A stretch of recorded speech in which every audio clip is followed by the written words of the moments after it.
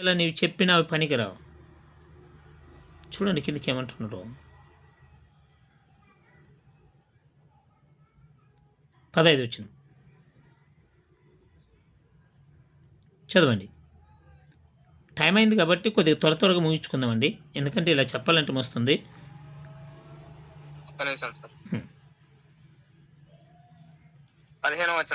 Okay చదవండి. అదే తిమోతికి రాసిన పత్రిక 4వ అధ్యాయం 15 వచ్చిన.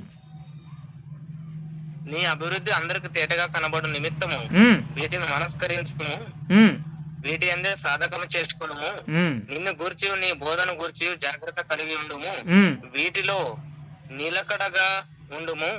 నీవిలాగు చేసి నిన్నును నీ బోధ వినువారిని రక్షించుకొందువు. ఎప్పుడు రక్షించబడతాము? చాలా జాగ్రత్తగా ఉండాలి మనం. ఏమంటున్నారు చూడండి, నీ అభివృద్ధి అందరికీ తేటగా కనబడ నిమిత్తము వీటిని మనసు పూర్తిగా అంగీకరించాలి, వీటి అందే సాధకము చేసుకునుము. ఏదైతే పైన చెప్పి ఉన్నాడో, ఏదైతే నీలో కలిగి ఉన్నదో వాటిని మనస్ఫూర్తిగా అంగీకరించాలి, వాటిని చేసుకోవాలి. ఎందుకు చేసుకోవాలి అంటున్నాడు చూడండి, కిందికి 16 వచనంలో అంటున్నాడు, నిన్ను గురించి నీ బోధన గురించి జాగ్రత్త కలిగి ఉండాలి. మనం ఇంత నిర్లక్ష్యంగా ఉండకూడదు. నేను మాట్లాడే మాటలు ఏమైనా తప్పు ఉందా, ఇది ఎంతమందిని ప్రభావితం చేస్తుంది, ఎంతమందిని వాక్యంలో నడిపిస్తుంది, ఎంతమందిని వాక్యం నుండి దూరం చేస్తుంది, వాక్యం చెప్పిన వాక్యం గురించి కూడా ఒకసారి ఆలోచన చేసుకోవాలి.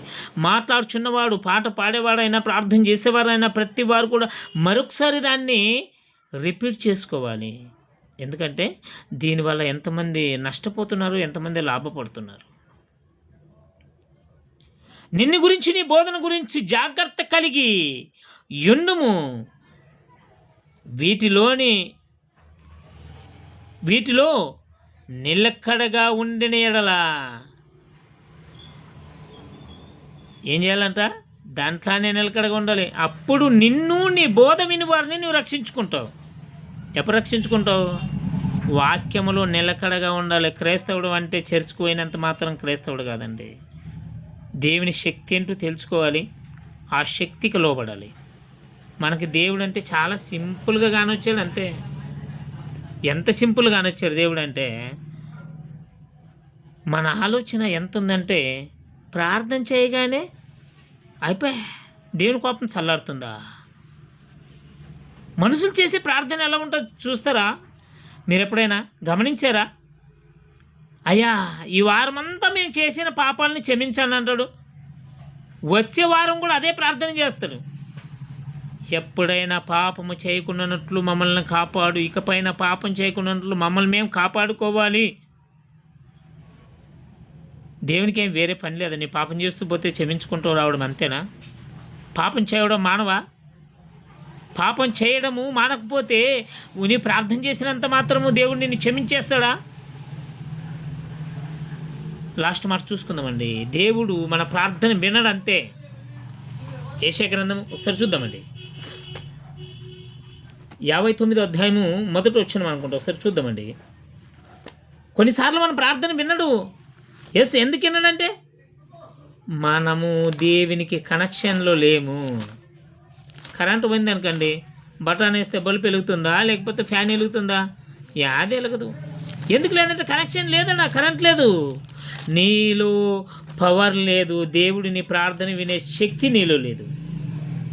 చూడండి ఏమంటున్నాడు. 50వ అధ్యాయం ఎంత సార్ వచనం? 59వ అధ్యాయం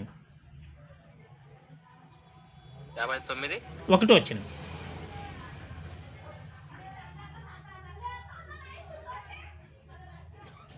రక్షింప నేరక ఉండునట్లు యెహోవా హస్తము కురుచిత కాలేదు, విననేరక ఉండునట్లు ఆయన చెవులు మందము కాలేదు.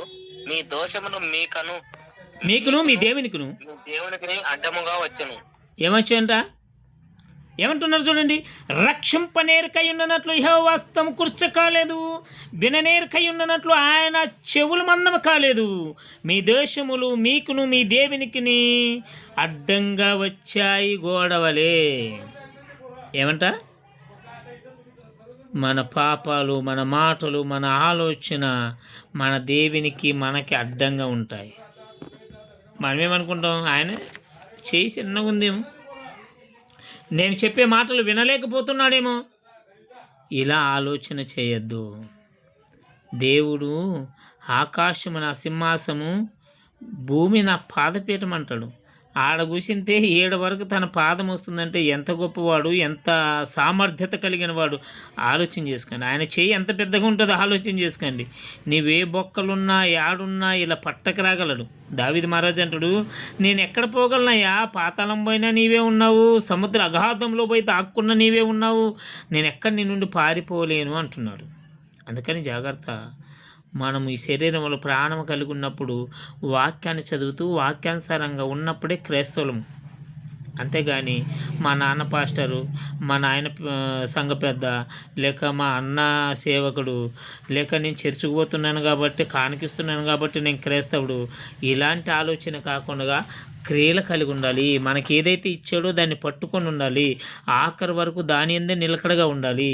మనం చేయుచున్న పని, మనం మాట్లాడే మాట ప్రతిది కూడా లెక్కలేక వస్తుంది. ఆ లెక్క అడిగినప్పుడు చెప్పేవారై ఉండాలి. అందుకని జాగ్రత్త. ప్రతి ఒక్కరు కూడా భయభక్తులు కలిగి ఉండాలని. మరి సమయం ఏంది కాబట్టి ముగిస్తున్నాను. ఈ యొక్క దేవుని మాటలు దేవుడు మన హృదయంలో ఫలింపచేసి ఆశీర్వదించి నడిపించును గాక. మరి ఇంతవరకు సమయం ఇచ్చిన మీ అందరికీ, మౌనంగా ఉన్న చక్కగా విన్న మీ అందరికీ యేసుక్రీస్తు ప్రభు నామములో వందనాలు. ప్రార్థన చేసుకుందాం. మనం కళ్ళు మూసుకున్నట్లయితే. మహాపరిశుద్ధుడా నా దేవా, మీ ఘనమైన పదలకు నమస్కారములు. ఇదిగోనైనా మరి మీ యందు విశ్వాస జీవితం కలిగి క్రైస్తవులము అంటే నా ప్రభా, మొట్టమొదటిగా మీ సామర్థ్యత, మీ శక్తి మేము తెలుసుకోవాలి. ఆ తర్వాత మీరు మాకు ఇచ్చిన కట్టుబాట్లు తెలుసుకోవాలి. ఎలా ఉండాలో, ఎలా ఉండకూడదు, ఎలా ఉంటే నా ప్రభా మరి మేము కన్ను మూసిన మరుక్షణమే మీతో ఉన్నాము. నా ప్రభా మరి మాము ఎక్స్పైర్ డేటు అయిపోయిన ఒక పనికిరాని వస్తువుగా ఉండకుండానట్లు పనికొచ్చే పాత్రగా నా ప్రభా మేము ఉండాలి. నా ప్రభు మరి ఎన్ని లక్షలు పెట్టుకున్నా, ఎన్ని వేల పెట్టుకున్నా, ఎన్ని రూపాయలు పెట్టుకున్నా దాని వాల్యూ తగ్గిపోయినప్పుడు, దాని ఎక్స్పైరీ డేట్ అయిపోయినప్పుడు అది నీళ్ళ పాలు లేకపోతే భూమి పాలు చేయక తప్పదు. నాయన మరి మేము ఎంత ఉన్నత స్థితిలో ఉన్నాము, ఎంత గొప్పవారు కాకుండా మేము ఆత్మీయ స్థితిలో ఎలా ఉన్నామో ప్రతి ఒక్కరు తెలుసుకొని వాక్యానుసారంగా ఉండడానికి సహాయం దయచేస్తారని. ఇదిగోనైనా మరి ఇదిగో మీ పిల్లలు ఎంతో నిశ్శబ్దం కలిగి, భయభక్తులు కలిగి మీ మాటలు విన్నారు. విన్న మాటలు విడిచిపెట్టుకున్నట్లు నా ప్రభా జాగ్రత్త కలిగి ఉండడానికి సహాయం దయచేయండి. నాయన మరి మీ పిల్లలు చేసే ప్రతి పనులు మీరు తోడుగొనండి. నాయన మరి మీటింగ్ కొరకు ఎంతో ప్రయాసపడుతున్నారు మీ పిల్లలు. నా ప్రభా మరి ఆ మీటింగ్కి కావాల్సిన ప్రతిదీ మీ పిల్లలకి మీరు సమకూర్చండి. మీరే ఉండి దగ్గరగా ఉండి బహుబలంగా నా ప్రభా జరిగించాలని మేము కోరుచున్నాం. ఎందుకంటే నా ప్రభా మరి మేము మీ పిల్లలు, మీరు మా తండ్రి, హక్కు మాది మిమ్మల్ని అడిగి తీసుకోవడం. మీ చిత్తమే కాదు, మేము అడిగిన ప్రతిదాన్ని మీరు మాకు ఇస్తారు. ఎప్పుడు ఇస్తారంటే ఆ అర్హత మాకున్నప్పుడు, ఆ ఆలోచన స్థాయిలు నా ప్రభా మరి మీరిచ్చే దాన్ని మేము పొందగలిగే శక్తి మాలో ఉన్నప్పుడు. మరి నా ప్రభా మరి ఎవరైనా అనారోగ్యంతో అటు వారి ముట్టని స్వస్థపరచండి. నా ప్రభా మరి మీ పిల్లలందరూ కూడా ఏలుకు సంబంధమైన వాటిలో పడి మీకు దూరం కాకుండా ఉన్నట్లు జాగ్రత్త కలుగునను సహాయం దయచేస్తారని యేసు క్రీస్తు అతి శ్రేష్టమైన నామములో అడిగి వేడుకుంటున్నాము పరమ తండ్రి. Amen. Thank you. God bless you.